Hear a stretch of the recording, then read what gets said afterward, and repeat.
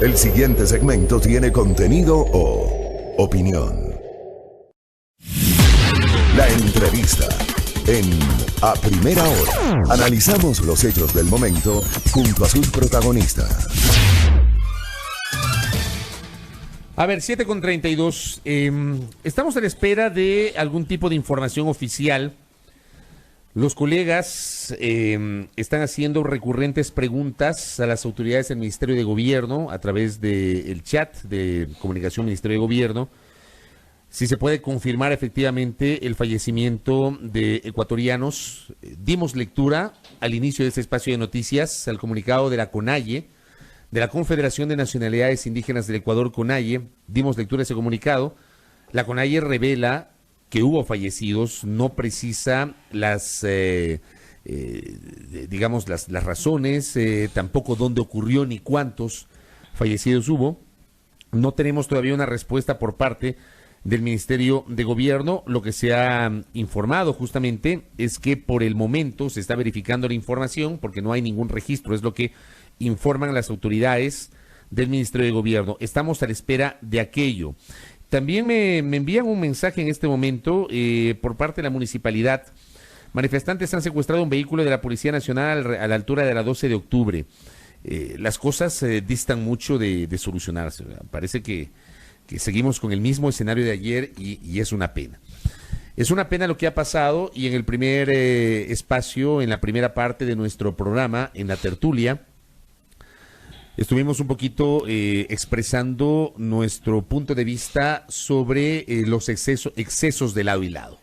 Hemos invitado a Salim Saidán, catedrático universitario, jurista, especialista en derechos humanos, para analizar justamente lo que estamos viviendo como país y particularmente estos enfrentamientos. Yo sí trato de separar las cosas, ¿no? Los indígenas, los trabajadores sindicalizados, los adultos mayores, los estudiantes por un lado y por otro lado los vándalos. Sí trato de separar, procuro hacerlo. Frente a la fuerza pública que también, y es evidente, ha cometido sus excesos que además han sido advertidos por organismos internacionales como las propias Naciones Unidas y la Comisión Interamericana de los Derechos Humanos. Doctor Salim Saidán, bienvenido. ¿Cómo le va? Bienvenido, doctor. Buenos días, Alexis, Fabricio. Un saludo también a los oyentes de Radio Majestad. Apenado y preocupado, ¿no?, por lo que está pasando en nuestro país, nuestra ciudad.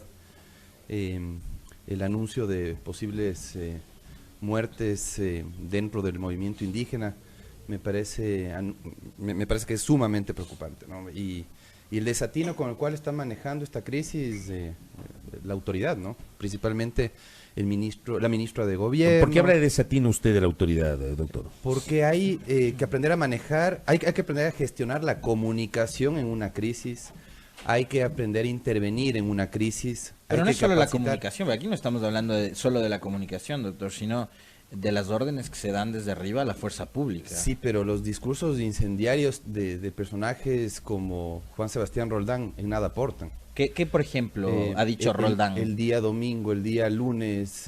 Yo le pregunto eso porque a mí el discurso que más me ha impactado en estos días es el de Osvaldo Jarrín, ministro de Defensa. No provoquen a las Fuerzas Armadas. Que no provoquen a las Fuerzas Armadas y que las Fuerzas Armadas responderán porque están entrenadas para la guerra. Así es. Claro, lo primero, ¿no? Precisar frente a qué estamos, a un disturbio interior. No estamos ni siquiera ante un conflicto armado interno.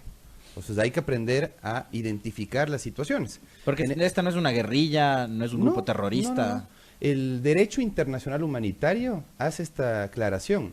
¿En qué circunstancias se aplica el derecho internacional humanitario? Solamente en casos de conflicto armado interno o internacional o guerra. Ver como enemigos a los manifestantes es un desatino terrible por parte del ministro de Defensa, que había sido, digamos, aplaudido por varios sectores cuando llegó a la cartera de Estado por su experiencia, trayectoria.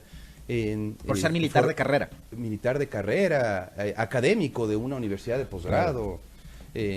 O sea, es probablemente uno de los militares con mayor formación, ¿no?, que hemos tenido a lo largo del tiempo. Sí, pero miren ustedes la forma como ha enfrentado esta situación, totalmente desatinado, desde sus declaraciones hasta la forma como ha ejecutado los operativos militares en esta ocasión.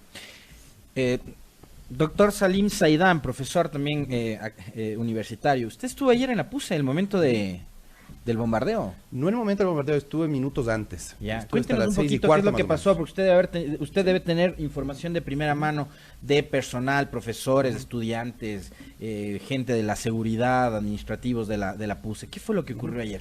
Bueno, yo debo reconocer el buen trabajo de estudiantes, docentes, voluntarios que están atendiendo a las necesidades de las comunidades indígenas, especialmente de Chukchilán, ¿sí? De Cotopaxi. Ustedes tienen ahí un centro de psicología aplicada a través de un grupo de docentes, de estudiantes, están dando atención psicológica a los indígenas. Está también instalada una carpa de atención médica, los primeros auxilios, nos han pedido de hecho colaboración. Yo justamente fui a dejar medicamentos, hay una lista de medicamentos que son los que más se requieren, gasas, alcohol, omeprazol, amoxicilina, han sido algunos de los requerimientos que han hecho justamente las brigadas médicas. Está muy bien organizada la Universidad Católica, yo sí debo reconocer ahí la labor de las autoridades y del comité de crisis, ¿no? Y ahí sí pueden ver ustedes el adecuado manejo de comunicación, inclusive en un espacio como el de la Universidad Católica, ¿no? El director de comunicación ha sido muy tinoso en sus declaraciones, no ha tomado partido por ninguno de los actores en conflicto en este caso, ha alentado al diálogo y lo que ha hecho es justamente garantizar los derechos de las comunidades históricamente postergados. Después de lo sucedido ayer, la ministra ha dicho que ella ofrece una disculpa porque bombas cayeron cerca de la universidad, cayeron. Las bombas. Exactamente. Cerca. ¿Cómo ¿Cerca o en el interior? Dentro del reglamento de uso legal, adecuado y proporcional de la fuerza, expedido en el año 2014, en julio de 2014, me parece que el ministro era José Serrano, se establece con claridad que hay que hacer hay que adecuadamente dirigir, organizar y ejecutar los operativos policiales. Aquí no se puede desentender la ministra Romo diciendo, no, es que se les fue la mano para repeler a algunos manifestantes que estaban en las afueras de la universidad. Pido una disculpa y no va a volver a ocurrir. No va a volver a ocurrir, mil disculpas, y con eso se arregla todo. No. Primero demuestra falta de capacitación, falta de socialización de este reglamento que yo menciono. Ahí hay niveles de la fuerza. El artículo 11 del reglamento es clarísimo, establece niveles de la fuerza. Si ustedes van al artículo 23 de este reglamento, hay un uso de la fuerza ante acciones violentas en manifestaciones. El protocolo es clarísimo. Ya no solamente hay que aplicar estándares internacionales, sino el reglamento interno, que entiendo yo que lo conoce la Policía Nacional, en donde debe exhortar a los manifestantes a que desistan de su actitud violenta. Si no funciona eso, advertir claramente que de no cesar la actitud violenta, se usará la fuerza. Advertencia primero. Después, ejercer los distintos niveles del uso de la fuerza hasta lograr el restablecimiento del orden público. En desobediencia, agresividad o violencia de los manifestantes, se hará uso de armas no letales. Y en quinto lugar, dejar de usar la fuerza al cese de la resistencia o violencia adoptando las correspondientes medidas de seguridad. Esos son los 5 niveles de uso de la fuerza. Inobservados. Inobservados totalmente. O sea, es terrible que se toleren este tipo de represiones absurdas, no solamente en las afueras, porque ciertas bombas lacrimógenas confirman estudiantes, especialmente de la FEUC, cayeron en el interior. Que cayeron al interior de la puerta principal justamente de la Universidad Católica. Y el costado justamente por la Vintimilla y 12 de octubre, donde estaban algunos manifestantes violentos, pueden ser vándalos, pero no estaban ni siquiera en un número significativo como para que justifiquen una reacción tan desproporcionada de parte de la fuerza pública. Las instalaciones tanto de la Salesiana, de la PUSE y de la Politécnica, leí ayer, son consideradas zonas de paz en conflictos como este. ¿Qué significa eso, doctor Saidán? Zonas de paz, centros de acopio y además sitios inviolables por disposición constitucional, que no se puede, obviamente son instituciones que están brindando ayuda, asistencia a las comunidades y no son objetivos ni policiales ni menos militares. No estamos albergando en la Universidad Católica a gente subversiva, no estamos... A vándalos. A vándalos, de ninguna manera. Si ustedes... yo de hecho lo pude constatar. El ambiente muy tranquilo, pude dialogar de hecho con muchos comuneros, que tienen clarísimo, por cierto, la razón por la cual están protestando. ¿Pero qué dicen ellos? Dice que de $2 que les cuesta el desplazamiento desde La Tacunga hasta su comunidad, ahora les están cobrando $5. Tal vez, obviamente, es por el contexto del paro, no es que los trajeron y no saben por qué vinieron. Exactamente. Entonces, $3, $4, que podría ser la suma que tendrían que pagar ahora para desplazarse a su comunidad, es algo que les preocupa. Es algo tan simple como eso. Y sin embargo se menosprecia, se subestima a las comunidades que no saben por qué protestan, suben videos, colegas míos, con vergüenza debo decirlo, menospreciando al otro, que es el eterno problema de este país, la negación del otro. A los históricamente excluidos no les escuchamos, no les atendemos, menos los respetamos y garantizamos sus derechos. Entonces, obviamente, esta fue una olla de presión. La gente aquí le pretende echar la culpa de todo a Correa, a Maduro, y no se da cuenta de que realmente la causa del problema es una exclusión histórica a los pueblos indígenas. A mí sí me parece interesante lo que acaba de decir, porque claro, usted ha sido crítico también respecto del manejo de los derechos humanos durante algunos pasajes del gobierno anterior. Así es. Me parece a mí que hay que contextualizarlo para que, obviamente, fortalecer su posición de hoy, que también la mantuvo antes. Absolutamente crítico con las actuaciones del gobierno de Rafael Correa y con las actuaciones del gobierno de Lenín Moreno. Solo que, claro, acá hay un discurso que se lo vende muy bien, ¿no? No estamos en un momento de ejercicio de libertades.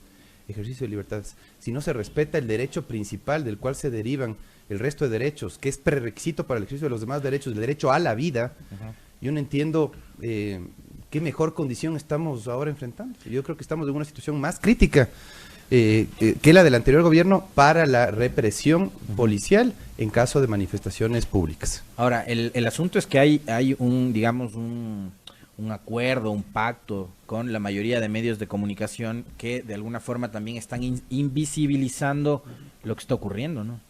A mí me preocupa terriblemente la línea editorial de ciertos noticieros, en algunos medios de comunicación masiva. La primera noticia que presentan es del discurso de un líder político que ya ni siquiera es autoridad. La celebración Hablamos de Nebot. Exactamente. Y claro, ¿no? Obviamente no se presenta todo el discurso, toda la declaración, sino ya la parte en la que se retracta de lo dicho. Trata de decir que no tiene ningún tipo de problema con las comunidades indígenas. Claro, básicamente se lo ha malinterpretado, ¿no? No se trata de una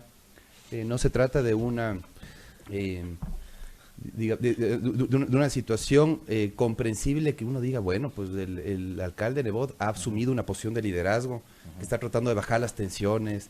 La intervención de Jaime Nebot, digamos, es la de un auténtico líder. No, es un discurso incendiario que irresponsablemente se lo presenta en los medios de comunicación. Como ahora, ¿por qué se preguntarán quienes lo están viendo a través de las pantallas? ¿Por qué nos reímos? Porque regresamos a ver el monitor y vemos a otro de esos actores políticos a quien el presidente Moreno ha saludado, ha felicitado y le dijo que ojalá gobierne algún día este país, y que ayer Sonnenholzner también lo reconoció y lo saludó en su rueda de prensa, que es Guillermo Lasso. Yo de Guillermo Lasso también me quedo con un discurso y un mensaje totalmente incendiario. Vi un Guillermo Lasso la noche del martes en otro canal de televisión, totalmente fuera de sí, desencajado, gritón, diciendo que la actuación de la fuerza pública ha sido tibia, que debía haber más frontalidad, más dureza de parte de la fuerza pública, doctor Saidán. Imagínense eso, ciertos actores políticos apoyando a la fuerza pública en sus excesos, porque yo creo que hay que decir las cosas como son. En este caso hay claros excesos que no son repudiados correctamente, frontalmente por los actores políticos, sino que más bien son alentados.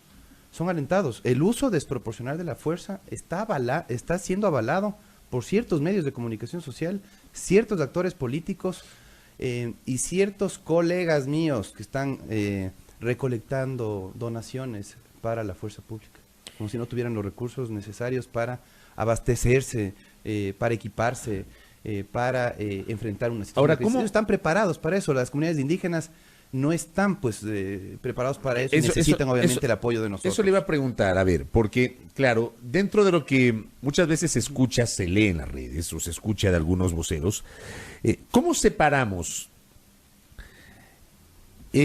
la protesta, por muy legítima que pueda ser, la protesta del sector indígena? ¿Cómo separamos de los actos vandálicos que sí han ocurrido en el país? Aquí en Quito han ocurrido actos vandálicos. En Guayaquil hubo saqueos, hubo actos delincuenciales aprovechando justamente esta coyuntura. Tenemos denuncias, y esto se ha visto, lo que pasó en Aparmalat, por ejemplo, en el sector de Machachi. Tenemos denuncias, por ejemplo, de irrupción abrupta en fincas donde se siembran flores, es decir, florícolas, impidiendo que puedan trabajar. Por el hecho que están trabajando, empezaron ahí a amedrentar, a obligarles a que paren, etcétera. ¿Cómo separamos la protesta legítima de los vándalos y cómo combatimos a los vándalos? Aquí un exhorto a la ciudadanía, no podemos generalizar, son de acuerdo, peligrosísimas las generalizaciones. Partamos de eso, de acuerdo. Deslegitimar la protesta indígena diciendo que están manipulados por un actor político o que son vándalos todos, definitivamente es desconocer a fondo la realidad que estamos viviendo en este momento en el país. ¿Hay infiltrados? Obviamente que sí. Como en toda manifestación. Como en toda manifestación, exactamente. Se escapa de las manos, la dirigencia indígena trata de frenar justamente a esta gente. Si no la puede controlar, se toman en edificios públicos, pues están en delito flagrante, siendo sorprendidos, la policía los puede aprender, los puede poner a órdenes de la autoridad, la fiscalía debe intervenir y los tienen que procesar y sancionar con el máximo rigor de la ley. A estos desadaptados que están contaminando las protestas, con el máximo rigor de la ley, pero que no se deslegitime por estos desadaptados una protesta social legítima de una serie de comunidades que han sido históricamente postergadas. Insisto en eso, las comunidades indígenas no han sido atendidas por varios gobiernos. Este es un problema histórico. Hay una publicación muy interesante de la CEPAL, de la PNUD, del PNUD de Naciones Unidas, que explica, ¿no?, lo que ha pasado en la región, lo que ha pasado en este país en particular. Dice que son agudos los desequilibrios en la composición de los órganos del poder político que representan a minorías étnicas. Existe también una distribución de los ingresos absolutamente inequitativa. O sea, hay un problema también con la inobservancia de ciertos instrumentos internacionales. Yo les quiero citar, por ponerles un ejemplo, la Carta de la OEA, la Carta Social de las Américas. ¿Qué es lo que dice? Los estados convienen en que en la igualdad de oportunidades, la eliminación de la pobreza crítica y la distribución equitativa de la riqueza y del ingreso, así como la plena participación de sus pueblos en las decisiones relativas de su propio desarrollo, tienen que ser una prioridad para los estados que son parte de la Organización de Estados Americanos. Esa es la causa. El problema es que aquí estamos culpando de esto a un actor político y no nos estamos dando cuenta que la causa está en este gobierno, al que nadie dice nada, o al que muy pocos dicen, reprochan su forma de manejar la política social, la política económica y sobre todo el mal manejo de la crisis que ha demostrado este gobierno. Nadie le culpa a este gobierno, nadie le culpa a este gobierno, o muy pocos son los que le culpan a este gobierno, cuando hay una causa ahí de pobreza, de pobreza, de desigualdad estructural, que ha sido la causa principal para que esta olla de presión finalmente explote. Pero hay manifestaciones, hay declaraciones, doctor Saidán, amigos, contertulio, que si en otros lugares no las van a tomar en cuenta, no las van a recordar, nosotros nos vamos a encargar de hacerlo probablemente todos los días. En una entrevista radial hace algunas semanas, Guillermo Lasso, líder del movimiento Creo, le dijo a un radiodifusor en Quito que no importaba cuál iba a ser el costo, incluso de las finanzas o de la economía de este país, que el objetivo era político y que ese objetivo político era bloquear a Correa. Estas consecuencias que está pagando el Ecuador actualmente, 8 días paralizados, sin poder trabajar, sin normalidad, con heridos, con muertos, todo para bloquear al enemigo. Exactamente, lo que yo veo es una utilización de los organismos de justicia, lo que veo es una judicialización muy peligrosa de la política que ya está llegando a niveles ya absolutamente reprochables, y lo que yo veo es que simplemente el objetivo de este gobierno es descorreizar el país. Se lo ha repetido, se lo ha dicho por parte del gobierno y sus aliados, que ese es el objetivo. Incluso violando derechos humanos. Exactamente, sí, el debido proceso y demás. A mí no me puede simpatizar buena parte de la dirigencia del correísmo, y tengo que decirlo frontalmente. Lo sabemos. Pero lo he hecho público. Sin embargo, yo creo que eso no justifica que persigamos con inobservancia el debido proceso a la gente que supuestamente habría cometido actos de corrupción, que supuestamente habría organizado todo esto. Ayer, por ejemplo, Fernando del Rincón, por ponerles un ejemplo nada más, en la cadena CNN, decía, le preguntaba al presidente de la República sobre los excesos. Señor presidente de la República, ¿usted tiene las pruebas de que Correa, Maduro está atrás de esto? Bueno, el país ahora tiene una justicia independiente, ¿no? Que es la encargada de investigar. Pero a ver, señor, usted está afirmando, tiene que probar. Un principio básico del derecho es el que afirma, prueba. Pero, a ver... Y si en este caso están afirmando eso, tienen que probarlo. Hubo una frase con la que yo me quedé de Moreno ayer, cuando le responde, le dice, las evidencias están ahí. ¿Cuáles son las evidencias? Exacto. Usted que es abogado, doctor Saidán, díganos, ¿cuáles son las evidencias? Claro, aquí la excusa puede ser, no, lo que pasa es que eso está en manos de la Fiscalía. No, o capaz mañana aparece el testimonio de alguien, ¿no? Exacto, forjan pruebas o qué sé yo.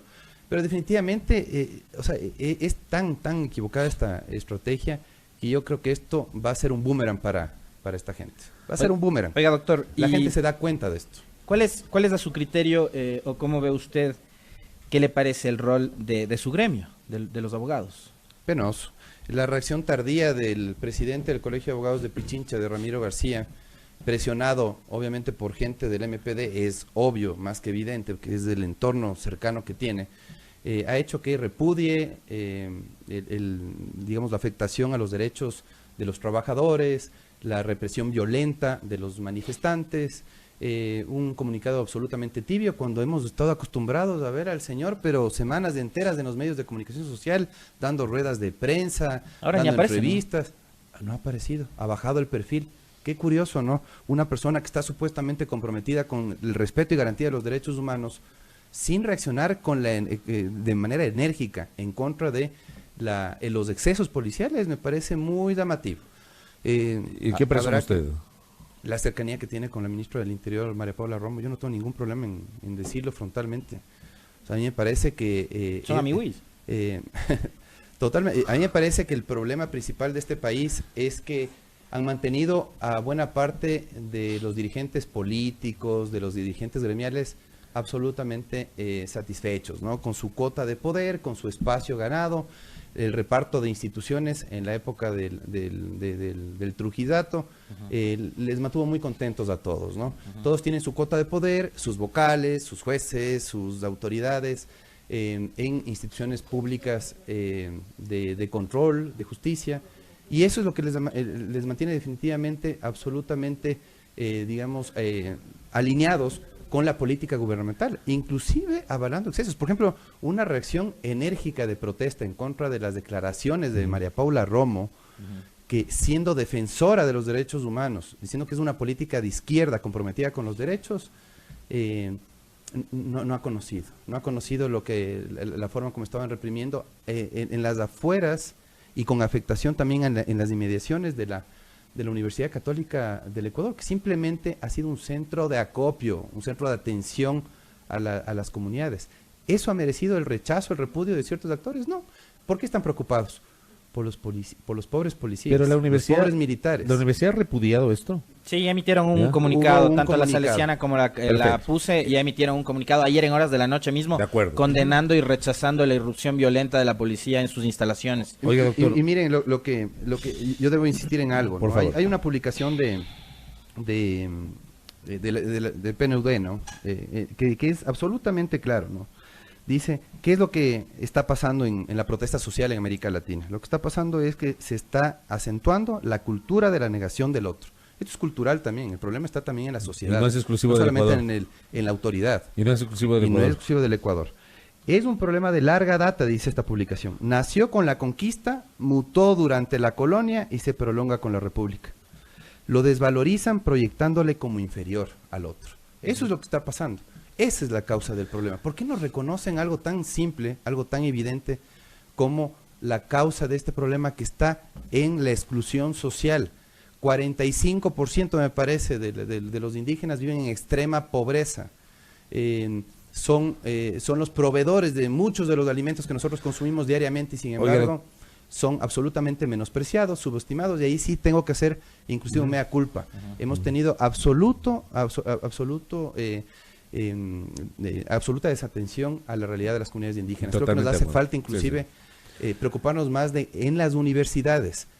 Falta empatía también. Enfocar los proyectos de vinculación con la colectividad a las comunidades indígenas. Ayer justo conversamos con algunos comuneros y me decían que en Cictos, en el pasado se habían ejecutado proyectos interesantes de la Universidad Católica, efectivamente para ayudar a la gente de la comunidad en el plano de la vivienda sobre todo.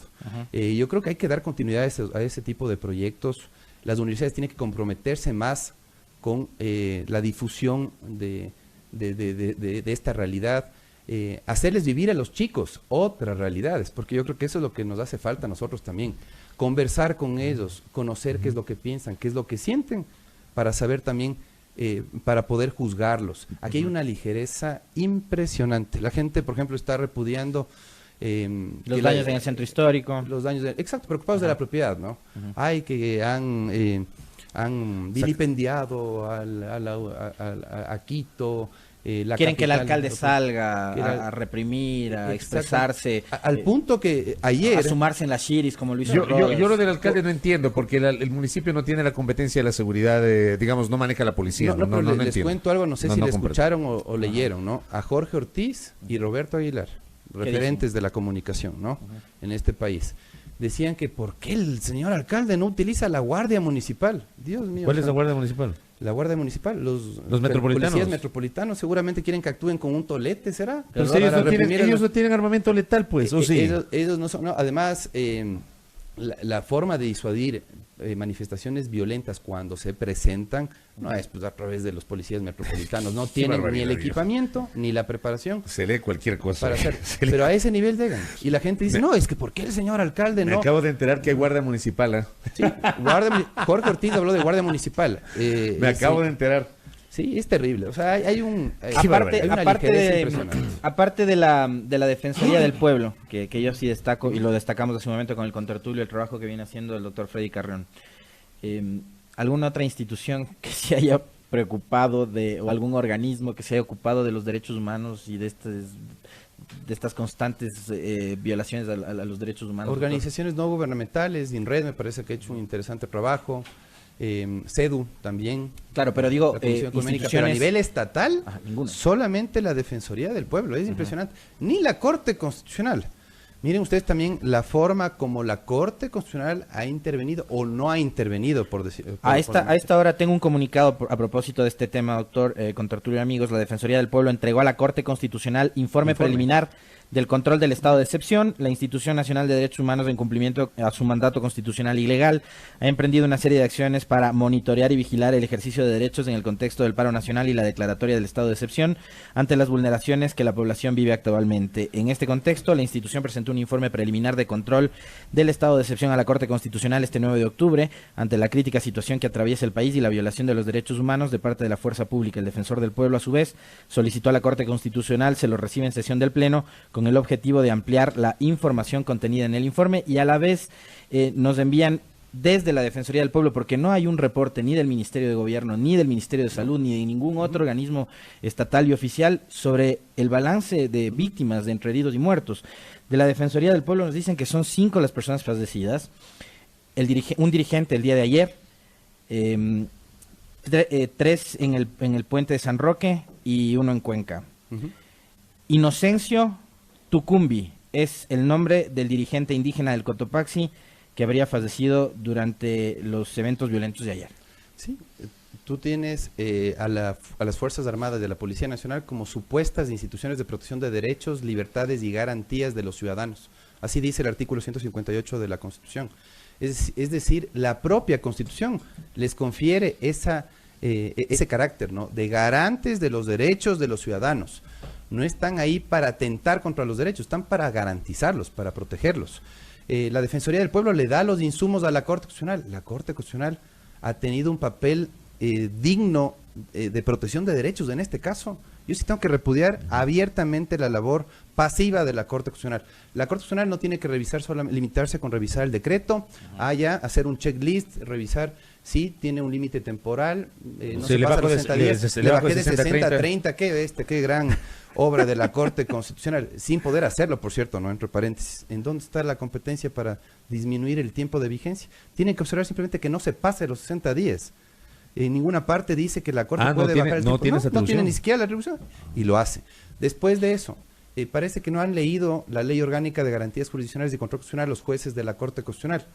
La ley les obliga a hacer un control formal, material, de la declaratoria y control formal y material de las medidas en ejecución de los decretos expedidos por el presidente de la República. Y no es solamente sobre el decreto 884, sino sobre el decreto 888, el del toque de queda. Hay un pronunciamiento de la Corte Constitucional sobre el decreto 888. A mí me parece una medida totalmente desproporcionada, no cumple con el principio de necesidad y proporcionalidad, una medida tan absurda como el toque de queda, como si estuviéramos en un conflicto armado, en un contexto de terrorismo. Por ejemplo, en Tungurahua, grupos indígenas se tomaron la zona donde están las antenas e impidieron que los medios de comunicación transmitan, pues. Y también hay afectación en la infraestructura para poder dotar del servicio de agua potable. O sea, ahí no se justifica. Claro. Digo, citando lo que ha pasado en el Pilisurco, en Tungurahua, como también en el tema de la afectación del agua. Sí, pero efectivamente ahí podrían existir algunas afectaciones digamos que no deberían tolerarse. Pero ¿quién tiene que resguardar las instalaciones de sitios estratégicos? Justamente la policía. Pues ahí está confirmado el mal manejo de crisis. Tú no puedes movilizar a todos los efectivos policiales acá a cuidar al poder. Tienes que distribuir correctamente en todo el territorio nacional para garantizar la seguridad ciudadana, que también es importante. Pues si dejas totalmente desprotegida a la población de Ambato, si dejas totalmente desprotegida a la población de las provincias del Oriente, yo tengo exalumnos que me han contado en qué situación están desabastecidos, desprotegidos, la gente está bebiendo terriblemente en ciertas provincias del Oriente. Hay gentes que nunca falta, ¿no? Que aprovecha esta paralización, este paro, justamente para los excesos de todo tipo. De acuerdo. Y exponen a la gente a situaciones de riesgo de su integridad, ¿no? ¿Han cuidado la integridad de la gente en todas las provincias del país o solamente se han encargado de cuidar que no atenten contra la propiedad pública? Inclusive lo han hecho mal, ¿no? Se anuncia a qué hora van a llegar las comunidades que ya están llegando por la Villa Flora, que ya vienen por Carapungo, otro grupo. Y sin embargo, la Contraloría, que está al frente del Arbolito, sitio históricamente ocupado por las comunidades indígenas, y descuidada la Contraloría, al punto que entraron, pero de una manera... Pero es que no creo que alguien se hubiese imaginado que iba a ocurrir eso en el edificio de la Contraloría, ¿no? Pero los edificios colindantes al parque del Arbolito tenían que ser custodiados. Claro, pues. La Corte Constitucional, la Asamblea. Ajá. Y a mí me parece curioso, ¿no? Pero si tenían un informe de inteligencia, además, porque hay un informe de inteligencia que estaba circulando por ahí, entonces digo, vivo, yo mando a que resguarden mi edificio. Exacto, o sea, una incapacidad, una negligencia en el manejo de crisis, en la custodia de los edificios públicos, impresionante. Y curioso, ¿no? A las pocas horas de que se ingresó a ese edificio a través de los parqueaderos que están frente parqueaderos de la Contraloría que están al frente del Parque El Arbolito, ajá, ya el Contralor aseguraba que se llevaron documentos asociados a los casos de corrupción. Que instantánea la reacción el Contralor se puso a revisar los expedientes a la madrugada A mí también me llamó la atención y de eso ya lo habíamos comentado. Doctor, qué interesante charla, le agradecemos mucho muy por amable, habernos acompañado. Fabricio, muy gentil. Gracias. A Salim Saidán, académico, catedrático universitario, constitucionalista, especialista en derechos humanos, haciendo una lectura de lo que está pasando hoy en el país. Al volver, Guillermo Churuchumbi, alcalde del Cantón Cayambe. ¿Qué pasa en Cayambe en medio de esta coyuntura muy particular? 8:07 en la primera hora.